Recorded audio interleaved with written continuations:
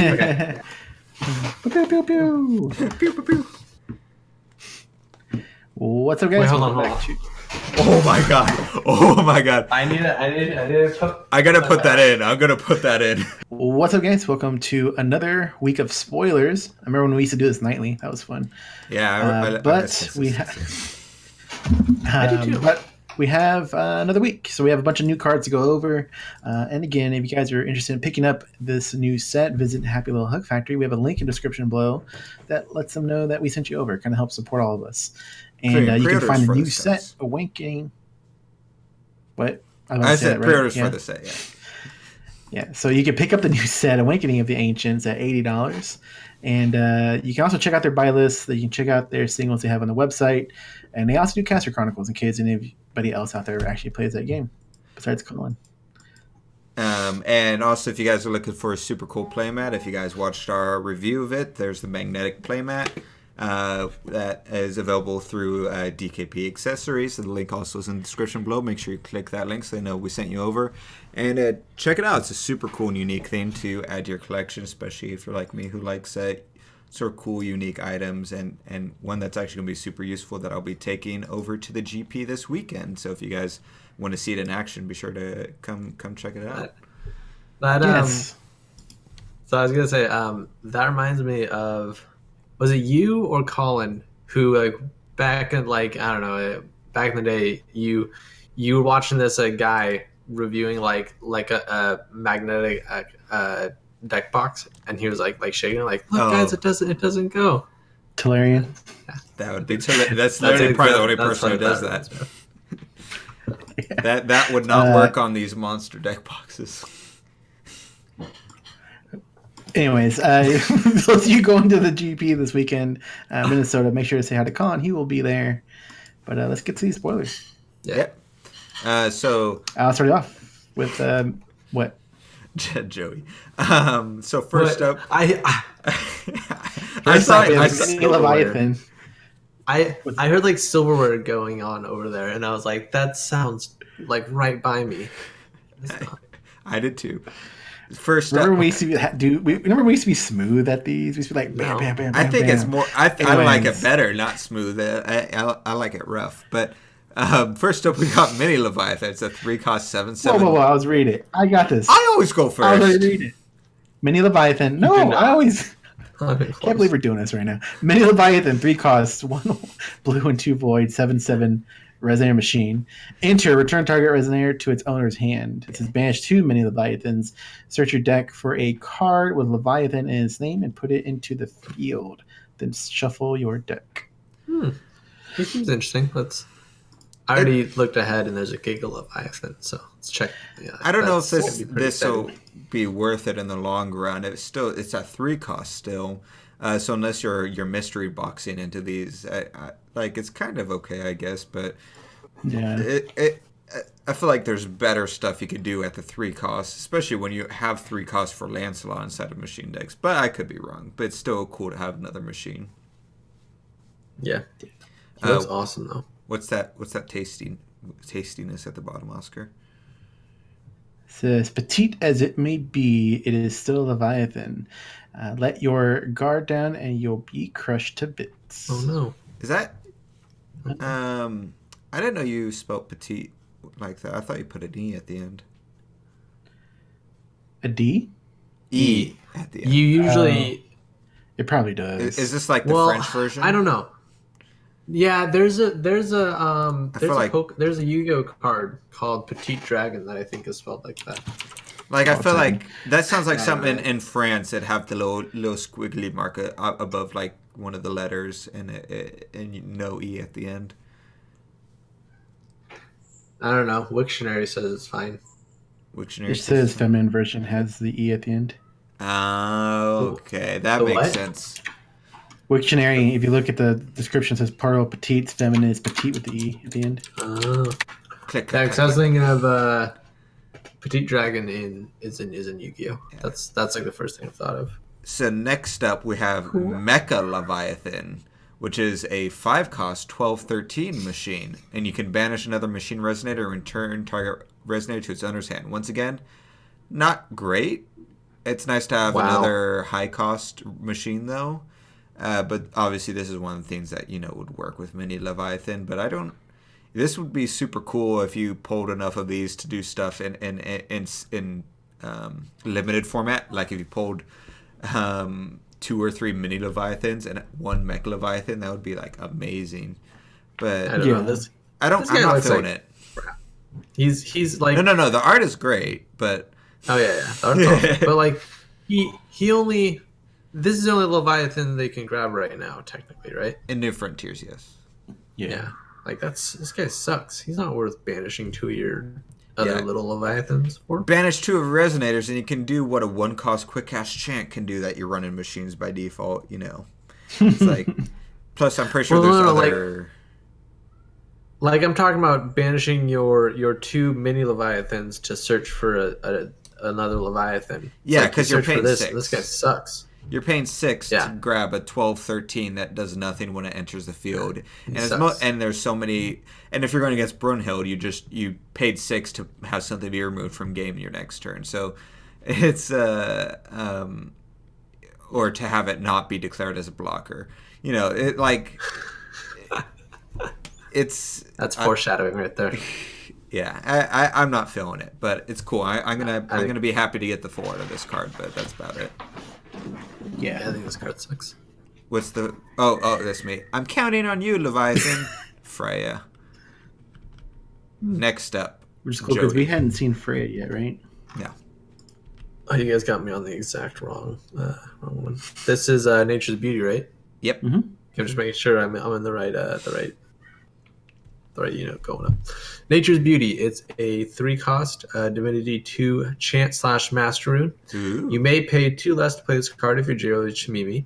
Until end of turn, you declare your opponent's blocks instead of your opponent. And as of right now, you can declare no blockers. Yes. This is strong. This is awesome. Like it's pretty. I think it's pretty OP, personally. Like, well, I think everyone thinks it's OP. I don't. The most liked comment in the comment section is this game is literally killing itself. Not that bad. It's not that bad, but we also haven't seen it in play, so it could be that bad because I'm not smart enough to think of the combo this is best suited for. I'm just thinking of like, they're just gonna as a reference, this has 77 reactions to it and 58 comments. If you guys, no, this is like, there's no real combo you need to do with this. Like, this just straight out doesn't let your opponent block or potentially a field wipe. Declare blockers. Yeah, exactly. Like, it lets you declare blockers to where you lose all your dudes. Yeah, for 1. Yeah. Inside of Chimimi, it's 1 that you can play 4 different times for 1 cost. Or people were saying this is completely playable outside of that. For the effect you're getting for 3 costs, still totally worth it. Like, maybe. It's only 1 green in this, and the other 2 are void. So you can put this in other green decks. You can put it in a deck that's not green but runs green as a side color because you just need 1 green will in order to activate this off.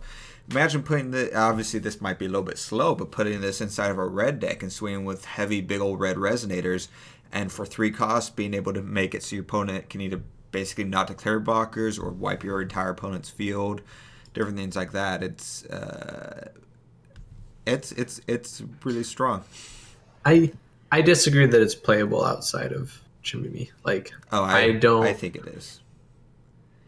If this was a 3 cost, your opponent cannot declare blockers, 100% playable.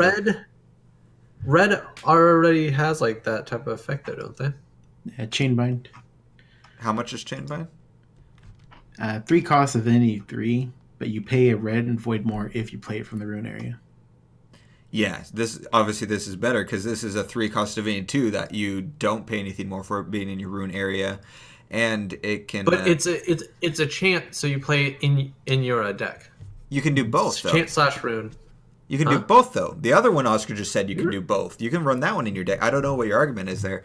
I'm saying this is better in the Rune deck than the other one. It's the same card. No, it's not, because this you declare the blockers. So you can declare no blockers, but you can also declare blockers if you want to wipe their field rather than going for their face, which in a lot of times can be their better play. Or go for their face, but only kill one of their resonators. That's going to be a problem resonator next turn. So you get one out of the way, do the rest of the face. You can literally do an infinite number of combos with this card, whereas the other one is just one and done.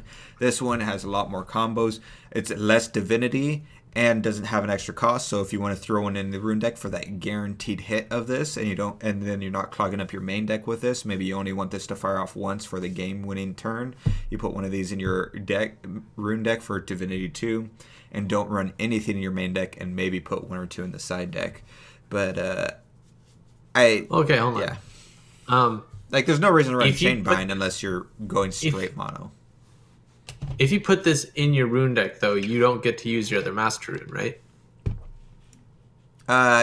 It depends on the deck. If it's like a Fuji deck, you're not running a Master Rune, so it doesn't matter. Well, if I'm playing a Fuji deck, then you're losing. That's not the point. You can't don't poo-poo it away. I'm saying you're deflecting. You're saying for Isis, you're not going to play this. Yes, you're not going to play this over your other.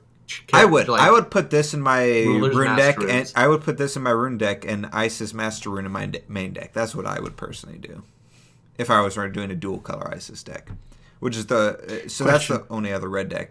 Yeah. Say you're running Hanzo, then does it still go in your Rune deck? No. Or is his Master Rune for Sealing Scroll going in your main deck? Of course you put Sealing Scroll. Sealing Scroll, yeah. This goes in your main deck for Hanzo. No, Khan's reaching. I'm talking about red deck specifically. It's not playable outside of. It's not playable in your Rune deck for the rulers that you actually are playing. It's barely playable in your regular deck, in your main deck. Swipe. I'm gonna call on a bunch of people to comment on this video, Joey. Joey, you're wrong. What you do? They're like, Colin, actually, you were wrong, but I guess I'll comment since you insisted. I completely. A 3-cost, do whatever the heck you want for your entire turn is 100% playable. And where it becomes broken is when it becomes a 1-cost, do whatever you want. At 3-cost, I think it's still a minimum side deck for a lot of decks that run green. At minimum. But there's no reason to side deck it when this is playable against every single deck you're going to play against. Because you're declaring your blocks, which includes your opponent's J-Ruler. You can kill your opponent's J-Ruler. You could go to your turn against an IU player and declare IU as a blocker so you can kill her. Not that that's super helpful, I guess, against IU deck. But yeah, or you could attack into IU 4 times and have her buff up IU every time you try and kill her. Yeah, that's fine. Have her waste her spirits. Yeah, that's also beneficial for you. If she's not using her spirits to attack you, then loses her win con. But I think this. I'm gonna say right now we're gonna see this run it. Any deck that's running green is gonna have this in either the Rune deck, main deck, or side deck. Every deck that runs green. And then you can't talk about the side deck. Side deck is I don't even care about the side deck. Okay. All mono green decks will main deck this. Almost every deck that has green will main deck this in some fashion or Rune deck it. I am gonna say that right now. No, and obviously Chimimi is gonna main deck and Rune deck the shit out of this. It's a very bold claim. Next card. Okay. We'll see. Wait, what was the flavor? What was the flavor, Joey? Oh, something about nature's beauty. This is a gift from me. Flowers for what will be your final resting place. It's from Algernon, the Mouse of Intellect. Oh, that's sad. All right, next card. Diabolo, Sealed God of Madness. It's a 5-cost, 2 black, 3 void, 12/10 demon. Enter, choose a resonator at random, then destroy all other resonators. Pay 600 life. This card gains eternal until end of turn. And flavor there is We Welcome Madness, Lucifer. This is pretty cool and interesting. It's basically like a newer take on what was his name? I just blanked. What's his face from Vingo 3? I just totally. Yeah, Gil. From Vingo 3, where he entered and you and your opponent both chose a resonator and destroyed all other ones. And so usually would choose Gil or what have you. Or what did automatically choose Gil? I forget. But point is, this is basically kind of like that, except it's only one resonator at random. And as he enters, you'd have to I would assume you'd have to pay the 600 life before that enter effect happens, or would you? Can you do it at any? You'd have to do it before, and so you just preemptively do that, and then choose Resonator at random. Could be one of your opponents, could be one of yours. I like that kind of fun gambling side of it. And then it goes, and the whole field goes away. With the exception of hopefully Diablo. I was assuming you paid the Eternal, but I like it. Yeah, I think it could be solid. I feel like it's a little overcosted and probably won't see a lot of play. Like, I would rather be playing like Lucifer, or no, what? It's not Lucifer. Who is the 5 or 6 cost demon that board wipes except for demons? I don't know. Oh, he's like super prevalent. But this only other field. Granted, it's a higher cost, not a major one, but this is another demon. Like we said, we're going to be seeing more demons most likely this set to combo with the stupid card. But does not count. He does not count. Like, he is Diabolus. The point, I don't know. Dumb. It reminds me of Evangelion. He wasn't even. He was a full. The art style or the visual of it reminds me of Yu-Gi-Oh cards. Like, this looks like something that would be in Yu-Gi-Oh. Like Diablo's like purple body, yellow eyes, dragon. I don't know. I was talking about Belial. When he enters, he destroys all non-fallen angel resonators. Okay. Anyways, I was just thinking. I feel like that's a better guy. Yeah. Because I think so. He also keeps himself. And then if you have any other fallen angels, he also kills. He keeps those guys. Belial? Diabolos keeps himself. You just gotta pay life. Well, you're right. I'm saying. Oh my gosh, I'm saying Belial also keeps himself. So they're both doing kind of the same thing. Just Diabolos also, you lose 600 life, and I think the flying from Belial is like a lot better too. Why doesn't he have flying? He has like 18 wings on him. What the heck? Yeah, I know. He's a serpent, though. Look at guys. Listen, Force of Will. For real, stop drawing wings on stuff if they're not going to fly. Just erase the wings. He looks just as cool. It bothers me so much when stuff has wings but can't fly. What you do if they're like, oh, no, here's his other card, and like it's a different point of view, and just like 3 birds are behind him. they're just like, caw.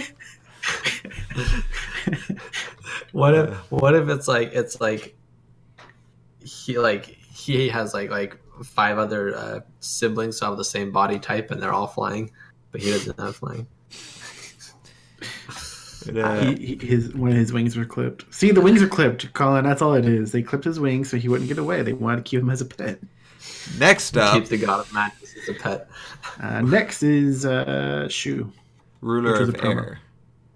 Yeah, this is you. Okay, so yeah, we already went over this. This is the 1-cost 1/3 Ascendant. You tap her and remove a fire card in your graveyard from the game and produce Fire Will. And you can tap, pay Fire Will, and discard a fire card and deal 600 damage to target Resonator. So I already think this card is super awesome. I really like it.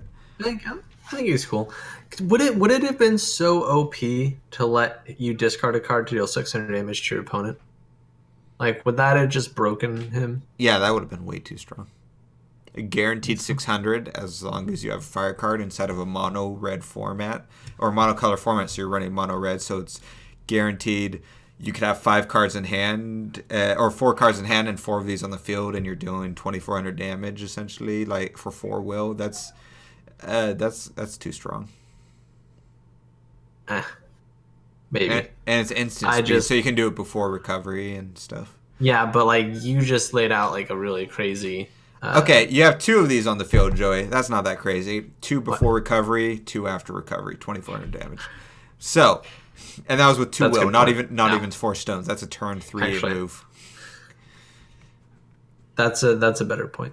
I'll say I could see him being pretty crazy with that. But Flavor, I'll show you the power of what lies between heaven and earth. Oh, is it the split between heaven and earth? Maybe. Okay, next one is Snow of Linor's Faeria. 2 cost, white chant. quick cast. If damage would be dealt to resonators you control, prevent 200 of it, draw a card. I think we talked about this, right? Yeah, I like it. Yeah, I'm not a big fan. It's you can do it in response to sandstorm, so all your stuff survives and you draw a card. You can do it before like attacking or defending to prevent 200 damage, which is a lot of times is the link between survival and dying for your resonators, and you get to draw a card and stuff like that. So it's basically like usually you get a 1-cost draw card effects, and so for 2 costs, being able to prevent potentially thousands of damage is, I think, pretty good trade-off. It's not like crazy great, but it's especially for a common, I think it's really good. I think it's nice for versus like a lot of those damage board wipe effects, because you are right. It is like often that you're only like 200 damage off from not killing the resonator. Yeah, but I still probably wouldn't play it. Yeah, it's okay. Yeah, I like it. Wrapping all of life in its embrace, the light of lunar sphere. Wet. That was the flavor text. Oh, okay. What was the flavor text? No, I'm not saying it again. Yeah, here you read it. The return of God. Imagine 3 costs. 1 blue, 3 void, starts spouting weird words. Chant / Master Rune. You may pay 2 void less to play this card if your J/ruler is Loki. And look at the top 7 cards of your deck. You may put a resonator with total cost X or less from among them into the field where X is the number of magic stones you control. Put the rest on the bottom of your deck in a random order. Yeah, that's really good. Mm-hmm. Yeah, I think it's really good. I actually really I was a fan of this card. I feel like we were talking about this the other day about how Loki was supposed to be this whole working with awakening things, and this doesn't work with awakenings. Like, yeah, it's really surprising. Like, it literally bypasses awakenings. Cool. Loki only had, it's like Loki only had awakening support that hit there in its starter deck, and maybe a couple cards in the main set, the first set. You haven't seen anything really since then. Yeah. I mean, anything major. Yeah, his flip side is even more support, and it's like. Yeah, they're completely. They don't know what they're doing with Loki. This is it's still a nice card, but it's still a good card. It's just a note that they've a 2 cost to get too bad. Really. Absolute minimum of probably 2+ cost resonator. You're probably going to get 4 cost, 5 cost, 6 cost plus resonators into the field for only 2 out of your deck. So you're not even losing anything out of your hand. Is really good cheating stuff out, and it but it goes into the field. You have no chance to pay the awakening. Would be cool is if to make Loki super good and strong and synergize with her stuff is like a field card that's like you can play awakenings at any point in time, even when the resonator's on the field, so you can just use awakenings like abilities. That'd probably be too strong, but that's the only way to make this card synergize with awakenings. But it's weird that they didn't introduce that, because we have enough awakening cards to play with. So why not make a set that's like, Master Rune cost 1, and this you get a free awaken. I don't know. I'm just saying stuff, but that'd be a little OP, but it would be cool. Something that's like blank blank blank awakening, and so you're like, okay, something that's actually synergize instead of consume, which was. But it's definitely a good card. Like Colin said, for 2, you're definitely gonna hit something 2 and up, and at 7 cards, you're gonna hit something. I know. So I was doing some quick maths.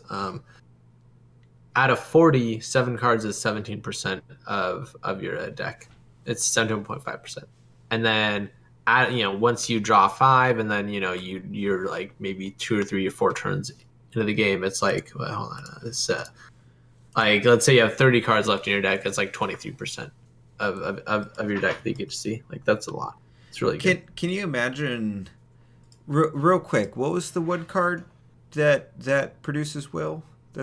Produces a crap ton of will? That was spoiled? Sprout? No, the Sprout? blue one. That we were talking about, that combos with Mystery Box. I hate you guys so much. I don't remember. Garmhild produces will. What does he do? When another Resonator enters the field under your control, produce water. This ability triggers only once per turn. And then tap and banish this card, produce water. For each Resonator you control, place ability only during your turn. Okay, yeah, that's definitely it. So you run a Resonator heavy deck, and you run stuff like that. And can you imagine, like, mystery boxing? So you go, blah, blah, blah, blah, blah, and then next turn, so you have a crap ton of will, and you do something like that again, and you go, da-da, produce a crap ton of will, and you just play Return of God, like 2 or 3 of these, and you're just like, you hit a certain point in the game, and all of a sudden you just go gunk, gunk, gunk, gunk, gunk with all these giant Resonators and stuff. I think that'd be pretty fun.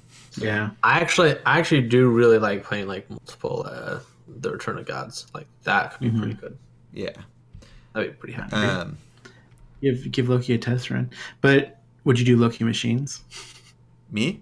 Probably. Yeah. Actually. I'm just asking in general. Would you like either one of you? Joey said yeah. I agree. Like, because like ideally, what does this want to hit? Like, I would want to hit Mosasaurus, and then I'd want to play Mosasauri. If I didn't do that, I'd try and get like Giga Thunderfish, or I don't know. Like, Camelot's not really that great. Not like a huge fan of it, but like Mosasaurus. So like some kind of like Loki. Like Return of God, Awakening Mosasaurus contraption that's like with machines this time instead of like a Hanzo ruler. You know, because most of the machines we've seen has been with Hanzo. Yeah. So something like that. But, last card. We have like 4 more cards, don't we? No, just one. Who's on this one? I thought they revealed those other dudes. That's you, Colin. Oh, it's me? Yeah. The 3 Beast Warrior Malemai. 2 cost 7/5. Mimi Tribe / Beast. Whenever this card attacks, you gain 500 life. I like this one. This was pretty cool. Yeah, I thought when I saw it, I thought it was cool. I thought it was pretty interesting. I was telling Colin when I saw it, I was like, hey, it kind of works with hippos, which is something you always ran with your Chimimi. That's a good point. I like this much more. Like, I like the idea that there's going to be like 2 more Beast Warriors. Like, that's pretty cool. Her head is gigantic, by the way, compared to her body. Like, that's all Mimi tribes, isn't it? And they're like more proportional than this, though. No, I'm pretty sure it's all of them. like Shamimi doesn't look that weird. They just got good angles on her. That's all it was. Okay, weird, well, Oscar. They just need to. Look, I'm looking at them now. They all got massive heads. Like, maybe 2 of them don't. But anyway, back to the card. I really like that's Mimi Tribe and Beast. It's got a double effect triggers that cards that work off of Mimi Tribe, and there's cards that work off of Beast, and so it's both of them. And I like that whenever you as soon as you declare attack, you gain 500 life. It's not like Drain where it's dependent on her doing damage. You are guaranteed that life as soon as you declare attacks, which is nice. So even if someone destroys her, blocks and kills her, and negates her damage or something weird like that, you are always getting that 500 life. So as long as you can get to your attack phase. Attack is a lot. For a 2 cost, 700 attack's a lot too. Well, 6/6 is your average bar for a 2 cost. So you can see they took 1 away from defense and put it in an attack. So 7/5. Putting that into attack is really strong inside of a Chimimi deck because Chimimi decks are a little bit more aggressive. And so it definitely benefits from that. But being able to have that buffer where you can be a little bit more aggressive in the Chimimi deck and get that buffer of life so you can feel more comfortable swinging in and being aggressive, and you're able to tank a little bit more in return is a good buffer to have, because Chimimi is going to need it because she's going to not have anything to, declare blockers or anything with. I guess that was everyone's thoughts on that card, so... I gave my opinion on it. Did you? You guys talked about her head. I don't think you actually talked about the card. I said it worked with hippos. That was my only. That was your contribution. What? That's the cool. Card in hippos. Boo. Anyways, are you gonna run this, Joey? That's all we got in your hippo deck, apparently. I remember when Joe used to have a mic that had volume on it. No, those were fun times. Sorry, I muted it to cough, and then I clicked the button. I muted it to talk. I always do that. Hey guys, I'm gonna talk. He's a cough. No. Oh, I heard talk. I heard talk. Yeah, I know. Yeah, it's because you weren't listening. What did you say? No, so I was also saying that. So obviously, you guys didn't pick up that I was also defending Oscar. That I said that I liked her and that she like had 7 attack and that was a lot of attack. Yeah, no, I agree. I was also going to look. Is a lot of attack. I also for that high of an attack with an effect, because usually when it has an effect for a 2 cost, you see a decrease in the attack and or defense, and this one kept all those base stats of a vanilla 2 cost, and you get that added effect. So I think it's good. So I had Kotaro and Viola in one of the decks that I'm looking at. So I would probably put her in my Jimmy deck that I have right now. All right. But at the same time, this is not like, this doesn't have a lot of the like new stuff. So my deck's like outdated. Yeah. Like I feel like there's a lot good enough 1-drops that you might not, especially because even if you're not playing even if you aren't playing Hanzo, you can still play like the base deck, which wants to play the Jizo statues, and so turn 2 you want to be playing your Rune that gives you 2 Jizo statues. So like it's kind of sad that she's taken up a space with like Jizo statues. That's true. So I don't know. Okay. Well, that's the spoilers, guys. Yep, that's all we got for tonight. And we'll check you guys next week. And maybe check out the channel in a few days. If you're interested in Argent Saga, we'll be doing spoilers on that as well when more of that's out. So we can do a bunch of it at once. And yeah, should be fun. All right.